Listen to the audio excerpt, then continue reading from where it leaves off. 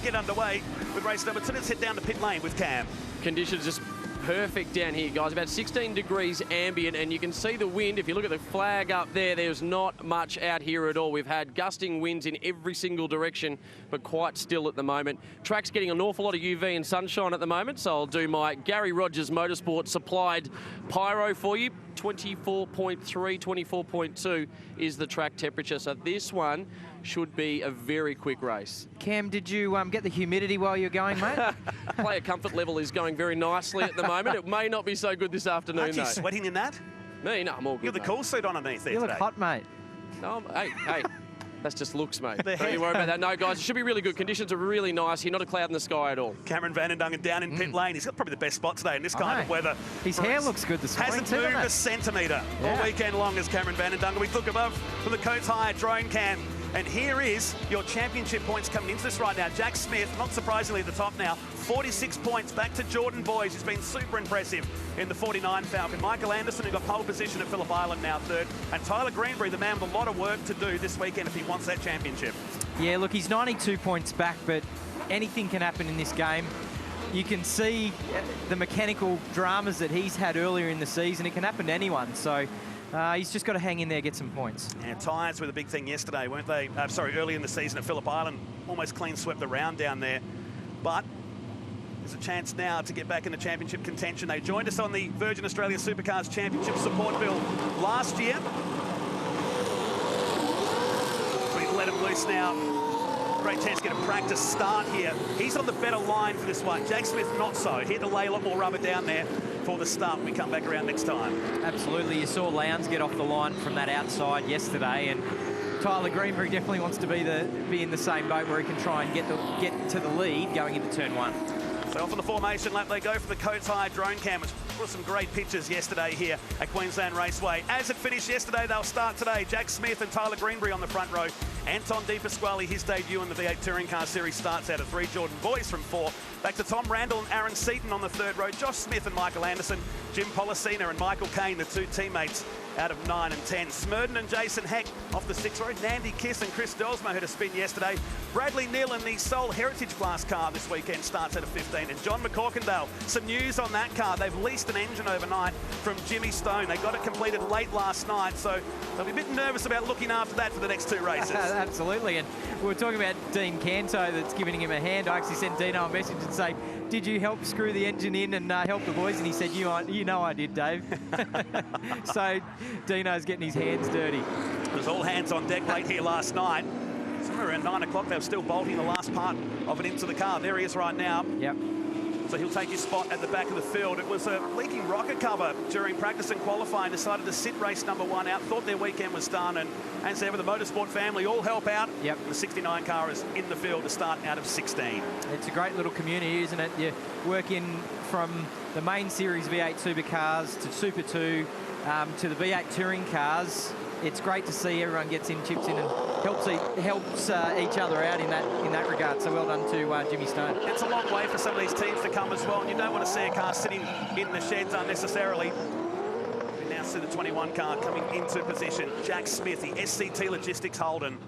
Here is Tyler Greenbury, jumps into the Eggleston Motorsport Holden this year after driving a Falcon in last year's series.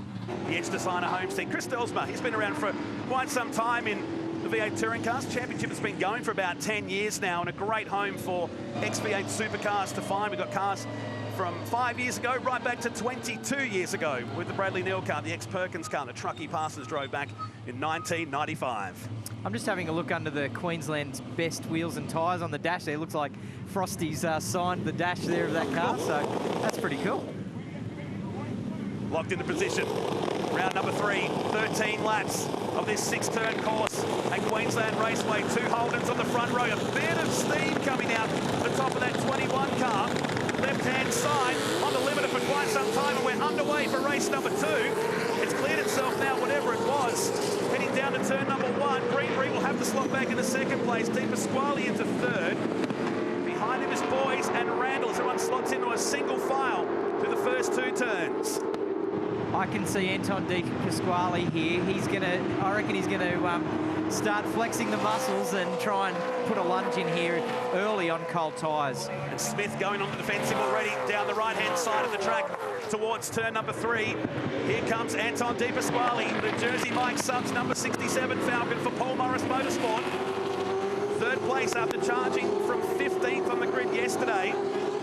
He's got to be careful about these tyres too. They've got to run these in this and the final race today that goes for 18 laps. I reckon he's going for race wins, and the big thing at the moment for him is he's not in the championship, so the other two are, so you know he's got to be mindful of that, but also the other guys, they're going to be mindful of him coming through too. They don't want to get into a bit of a tussle and end up going, well, I should have just let him pass. He's the joker in the pack, I think you're trying to say down there. Yeah. Into turn number 6, we're going down the inside. He goes at turn 6 on Tyler Greenbury. Easy to do down that corner. We've seen a lot of passes where you run wide on semi-cold tyres here. Very, very easy to do, especially in the opening lap. On board now with the 38 car as it just squirms its way into turn number 1. You remark about this car not being so good through turn 3 and turn 6 during practice. Yeah, I think the biggest thing is too your inputs down under brakes, because into turn 1 there's a bit more of a bump there this year. Very, very easy to upset the car to lock a brake as you're turning in, and that's what we saw. Tyler jumped on the brakes in a little squirm in the rear, so he'll want to try and tune that out if he can. Here's Josh Smith. He also got put to the back of the field yesterday for coming in underweight in the Image Racing car. That's the aqua blue and white Falcon at their car 14. The 2 pole performance entries still joined at the hip, like McCorkindale and Jason Heck, side by side now on the run down to turn number 4. So McCorkindale wringing the neck of this Jimmy Stone engine. Good on him too. It'd be good to think that he's got an upgrade because it can come flying through the field, but I'm sure all their engines, they've still got quite a bit of horsepower, even some of the older cars. No doubt about that. Here's Michael Anderson, the man from Bathurst in the Kenwood Holmes entry. Smurden behind him and McCorkindale. So he exit the final turn, and Nandy Kiss back there in the right to drive Holden. Here's the replay of the start from the Coates Hire drone cam. And good start for Smith on the dirtier side of the racetrack here. He did get off the line well. You could really hear he sort of slipped that clutch off the line ever so slightly as he got going and just got good drive traction. Anderson went backwards, so you can see in the middle of the pack there, the Kenwood Holmes entry, slotting back inside the 10. Here's the view from Jason Heck, the JCH electrical entry. Smurden disappearing in the blue and yellow Irwin Tools Falcon. A man from Adelaide with 25 years experience in a tin top. They can be very temperamental, the clutches in these cars. If you don't heat them up enough by having a couple of warm-up starts, and then if you overheat them, you're in trouble as well. So you've really got to find that sweet spot. It's the replay of De Pasquale. Almost psyched him out, didn't he, at turn 6? Yeah, he was sort of showing the nose down the inside, and I knew he'd try and come De Pasquale early in this race to go, right, I can mix it with you guys. This is how it's done. I'm one of the big boys from the Super 2 series. And yeah, I think he's going to try and put a move here on Jack Smith.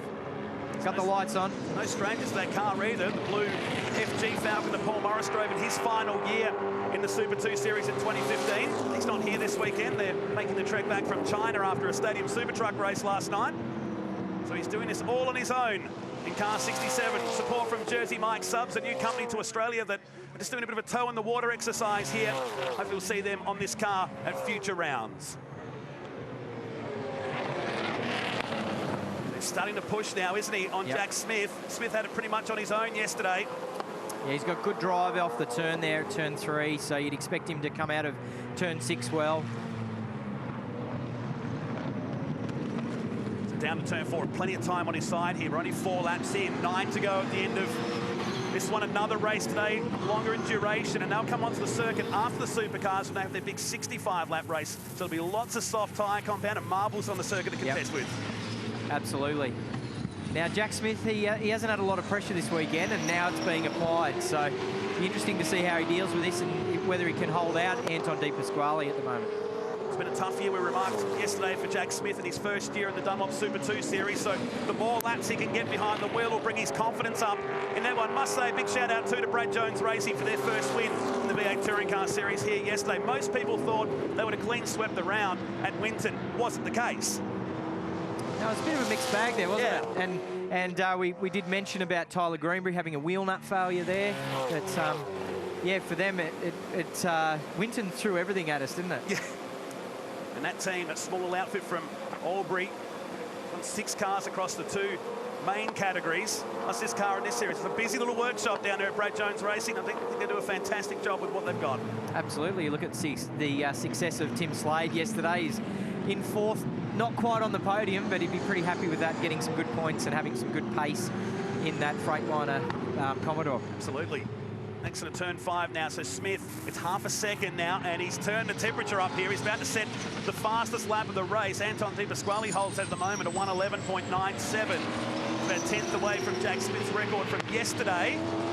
They start to pull away from Tyler Greenbury. It's out to 3 seconds, and Jordan Boys a further 2 behind this battle. There it is, new record, 1:11.74 on that lap. The gap stays the same. On this lap, number 6, panning back through the field. There is Josh Smith on the back of Aaron Seaton. There's Smurden and Jim Policina. So the second of the pole performance cars. He's in a sandwich here. If there's any team orders going on here right now. Judging by yesterday, definitely not. They were playing for keeps, that's for sure. And John McCorkindale's coming through, so I'm sure he's lining up Jim Policina and Chris Smurden, trying to make a move and come on through. McCorkindale up to 12th place now from the back of the field behind Policina. This gap just hovers around half a second to 7/10 of a second. Some of the split times further back in the field. Kane in 8th, Anderson in 9th position. Jason Heck now back in 13th ahead of Nandy Kiss, just getting acclimatised behind the wheel of a supercar once again. Another one of the ex-Paul Morris cars that Bryce Fullwood drove a couple of years back. Jack Smith's put in a couple of impressive laps here. Anton De Pasquale has come up in the opening few laps on cold tyres. Now that things have normalised, the tyre pressures have normalised, he's put his head down and he's actually started to get a bit of a buffer. When do you feel that? I mean, you go the first couple of laps, they're evil cars to drive. When do you really get confident? Yeah, it's a couple of laps in, and look, it's a bit of an art form, isn't it? Coming out on cold tyres, trying to be fast and be right on that edge. When it all comes basically you feel the car, come alive underneath. You know you got that traction, that load to the tyre. Some guys just master it. Craig Lowndes, an expert on cold tyres, and he still does it 20 years on. McCorkindale just touches the dirt on the exit of turn 2. It's down to turn 4 come our leaders. Lap 7, so halfway home in this race. Love these shots. We learned something yesterday. There was a quarry just behind our commentary position. When we come in here all these years, found out there's a big hole in the earth behind our commentary position here.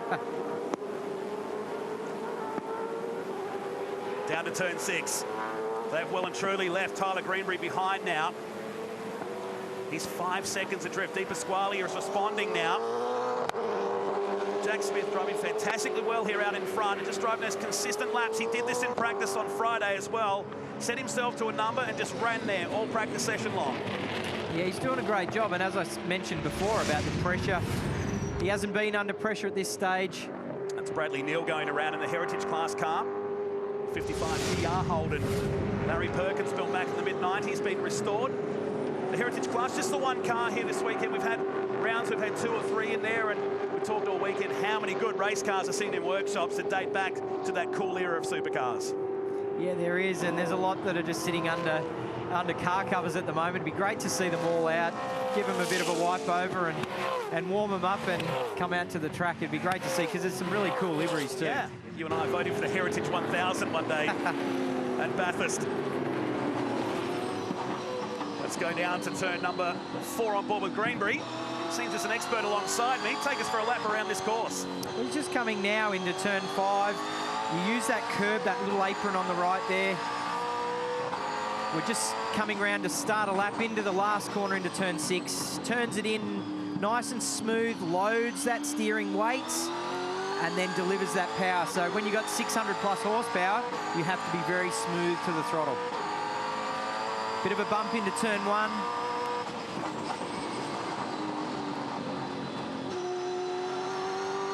As you come through, very important to be able to catch the braking and then just bleed that pressure off, get a good run onto the back straight. This is, if you can sacrifice the speed in the middle of the corner to get on maximum throttle as early as you can, that's the goal, to be able to carry the most amount down that back straight.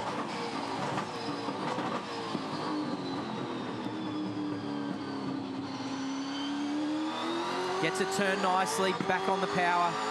You see there the shift lights counting up in front of the steering wheel. As soon as they go red, bang, ready for the next shift. That's one Back lap. to second. That's how it looks like. It looks simple, but it's not. It's a very technical circuit, particularly turn 3 and turn number 6. As we're now 4 laps from home at the end of this race.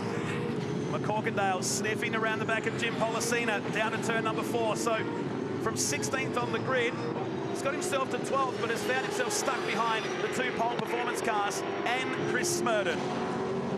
Yeah, I think all he needs I think he's got a bit more pace than them at the moment, and certainly in the last race today, because he's going to have some fresher tyres come race 3 because he didn't partake in race 1 due to that engine problem. So I think he just sit here for now and maybe wait it out for later on this afternoon with a few more laps up his belt.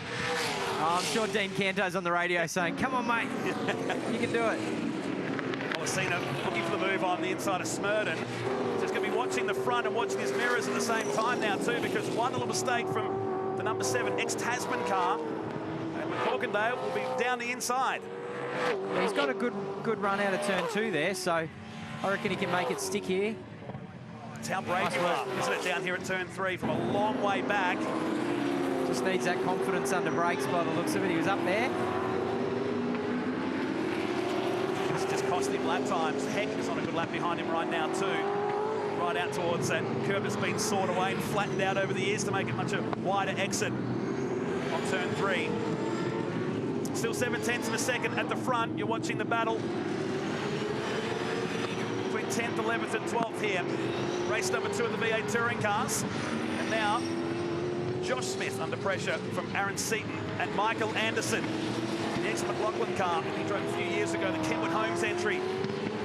Oh, he can't do too much of that. That's really going to overheat that left rear tyre, and he's got to look after it, because come late this afternoon, he's going to be back on these tyres and we've got another race. So you don't want to use up that left rear, because that is the most loaded tyre around this track. Been too much fun too early. Yeah. Josh Smith in the Image Racing entry. Aaron Seaton back behind the wheel of car 30 that Rod Dawson owns. That car was heavily damaged in Winton. They got the car sorted out. Some great support once again from Cairns Plaza Hotel and Skyfleet Hino, which we see on the front of his Toyota 86 car, which he'll jump back into at Sydney Motorsport Park in a few weeks' time at the Red Rooster Sydney Super Sprint. And look, he's had a quite a clean weekend, and it's not the newest car that he's in at the moment, but he's definitely driving it very well. And we did mention it's so great to see young guys coming through, getting experience in a whole host of different cars. It's good to see the Seaton name back in the field too. Absolutely. Anderson got up on the curb, then unsettled number 11 Falcon, so he's dropped away from this group. As I say that, Seaton locks the brake going into turn number 6. 2 laps to go here at Ipswich in race number 2. Back to your leaders now. They are now 7 seconds clear of Tyler Greenbury. Not even in the background of that shot, is he?